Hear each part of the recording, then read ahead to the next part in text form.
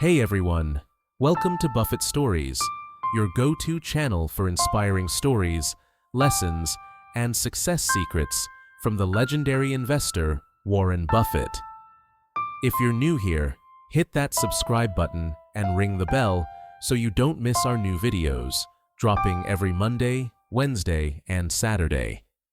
You can also catch Buffett Stories on your favorite podcast platforms like Spotify, Apple Podcasts, Google Podcasts, and more.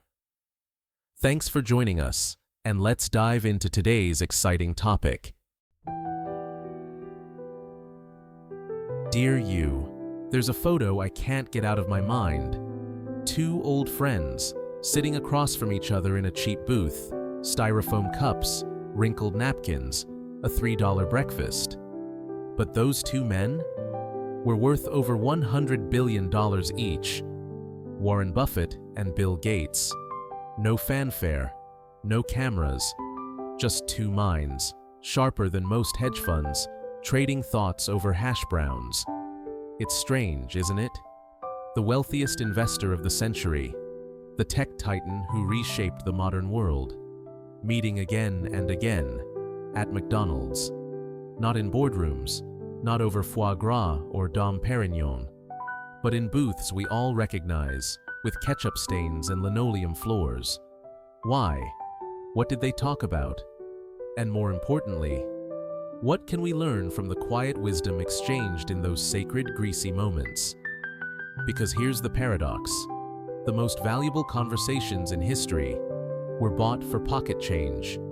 Today, we go inside those $100 billion lunches, not just to eavesdrop, but to understand why Buffett orders exactly what he feels like paying for, why Gates learned more from a $3 meal than from a Harvard lecture, and why, sometimes, the best investment is who you're sitting across from.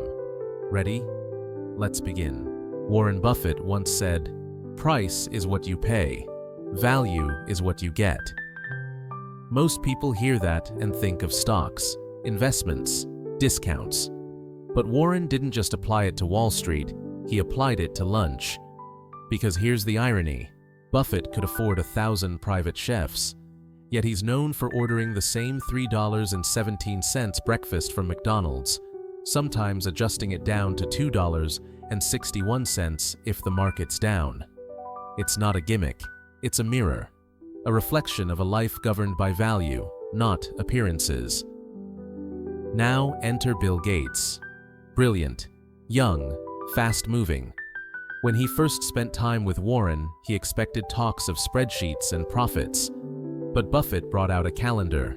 Empty. 1 week, 2 meetings, maybe 3. Gates was shocked. He realized Buffett's wealth wasn't just money, it was time, choice. The ability to say no to anything that didn't nourish his focus. And Buffett? He was studying Gates's speed, his curiosity, how software, not steel, would define the future. Two titans, one booth, sharing not just fries, but philosophies. You can't buy time, Buffett once said. You have to guard it. And maybe that's the real lesson. Not about what they ordered, but what they protected. Their attention, their friendship, their values.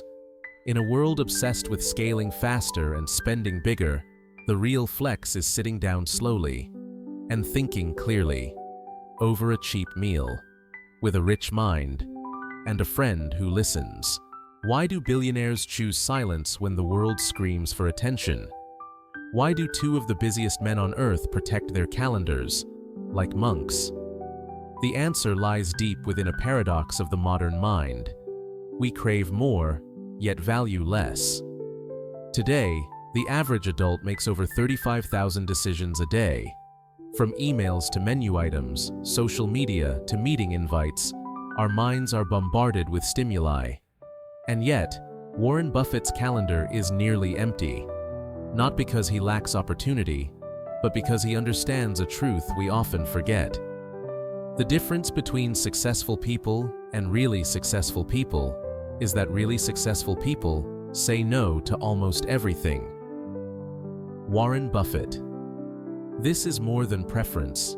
It's psychological warfare. Buffett wages war on decision fatigue. Every Egg McMuffin is one less choice to make. Every empty afternoon is one more hour to think clearly. And Bill Gates noticed. He once said after spending time with Buffett, "I realized I didn't need to fill every second with meetings. I could think." This is what psychologists call JOMO, the joy of missing out. It's the mental model that values depth over breadth, quality over quantity, clarity over chaos.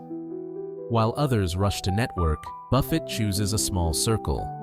While others chase dopamine hits, he sips cherry Coke and reads for hours. While the world trades attention, he trades wisdom. Pause and reflect. How often do you sit across from someone without your phone on the table? How often do you choose deliberate slowness in a fast-moving day? The $100 billion lunch isn't about thrift. It's about selective focus.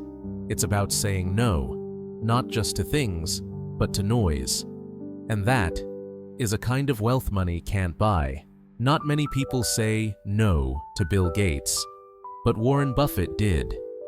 When Gates encouraged Buffett to invest in Microsoft in the early days, Buffett declined, repeatedly. He respected the company, believed in the mission, admired the founder, but said no. Why? Because Buffett understood his circle of competence. You don't have to swing at every pitch, he'd say. Just wait for the right one. Tech was outside his circle. Too fast. Too hard to predict. So even though friendship pulled one way, discipline pulled another. That refusal was worth billions in missed gains. And yet, Buffett never flinched. Because saying no to Microsoft wasn't a rejection of Gates, it was a protection of clarity. But here's where it gets even more interesting. Buffett didn't say no forever. Years later, he said yes to Apple. Why Apple and not Microsoft? Because by then, Apple had become a consumer brand with clear cash flows, predictable, understandable, within his circle. It wasn't a tech bet, it was a brand bet.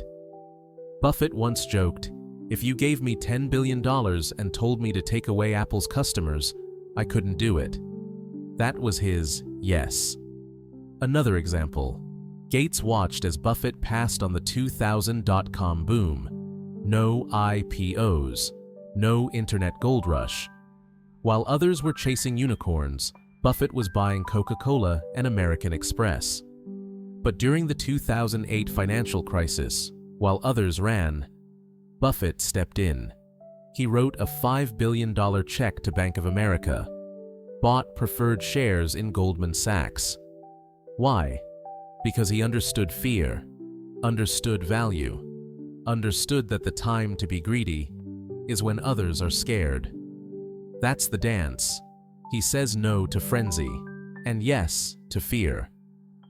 Gates once said, "Warren's not moved by what everyone else is doing. He's moved by what makes sense to him. And what makes sense is what's clear, durable, within reach." So when the two friends meet for lunch, they're not just catching up, they're trading patterns. Buffett's discipline, Gates's innovation. Buffett's patience, Gates's velocity. A constant exchange of filters, not for food, but for thought. So, what does a $100 billion lunch have to do with you? You're not Warren. You're not Bill. But that booth is open to all of us. Because what they practiced wasn't privilege, it was philosophy. Here's how you can bring it into your own life. You're a student? Say no to the dozen clubs, and yes to one that truly energizes you. You're building a business? Say no to shiny trends, and yes to your deepest conviction. You're a parent? Say no to constant stimulation, and yes to 1 hour of slow, undivided attention. Create your own no toolkit, a calendar with sacred white space, a default breakfast to avoid daily decision clutter, a short list of people you drop everything to learn from. It doesn't have to be fancy. Buffett's wasn't. He once said, "I insist on a lot of time being spent, almost every day, to just sit and think." So why don't we? Why do we feel guilty when we're not busy? Maybe because we haven't trained ourselves to value quiet, or slowness, or a $3 meal over a 300 slide deck. But look closer at Buffett's life. The most valuable decisions he ever made didn't happen in meetings. They happened while doing nothing, reading, thinking, eating the same meal at the same table. Because that's where wisdom lives, in the margins, in the space between notifications, in the hours we don't fill. And that's the invitation. You don't need billions to think like Buffett. You just need to value your attention as if it were a fortune. Because it is. Dear you, you've now sat across from Warren and Bill. You've heard their silence, tasted the simplicity of their choices. And maybe, deep down, you feel it. You've been starving, not for food, but for focus. We live in a world of $1,000 brunches and zero ideas, where speed is worshipped and depth is dismissed. But Buffett's $3 meal wasn't about savings, it was about stillness. Because in that booth, over ketchup and coffee, he practiced something sacred: attention, friendship, discipline. And now, the question passes to you. Who would you share your $100 billion lunch with? And more importantly, what distractions will you say no to so that wisdom can say yes to you? Here's your challenge. This week, block 2 hours on your calendar. Call it Buffett time. No phone, no noise. Just think. Invite one person to a slow meal. No status, no agenda. Just a curious, open mind. Comment below. What's one thing you'll say no to this week, and why? Because if Warren taught us anything, it's this. You don't need more to matter more. You need fewer, better decisions. Fewer, deeper friendships. Fewer, wiser thoughts. And maybe, just maybe, one good lunch is all it takes. Chains of habit are too light to be felt until they are too heavy to be broken. Warren Buffett. So feel them now, break them gently, and begin again, with a coffee, a friend, a thought that might just change your life. That's a wrap for today's Buffett Stories on the $100 billion lunch with Warren Buffett and Bill Gates. Did their conversation spark new ideas about success and connection? Give this video a thumbs up, share it with your network, and tell us in the comments what lesson from their lunches you'll apply to your life. Subscribe and hit the bell for new videos every Monday, Wednesday, and Saturday.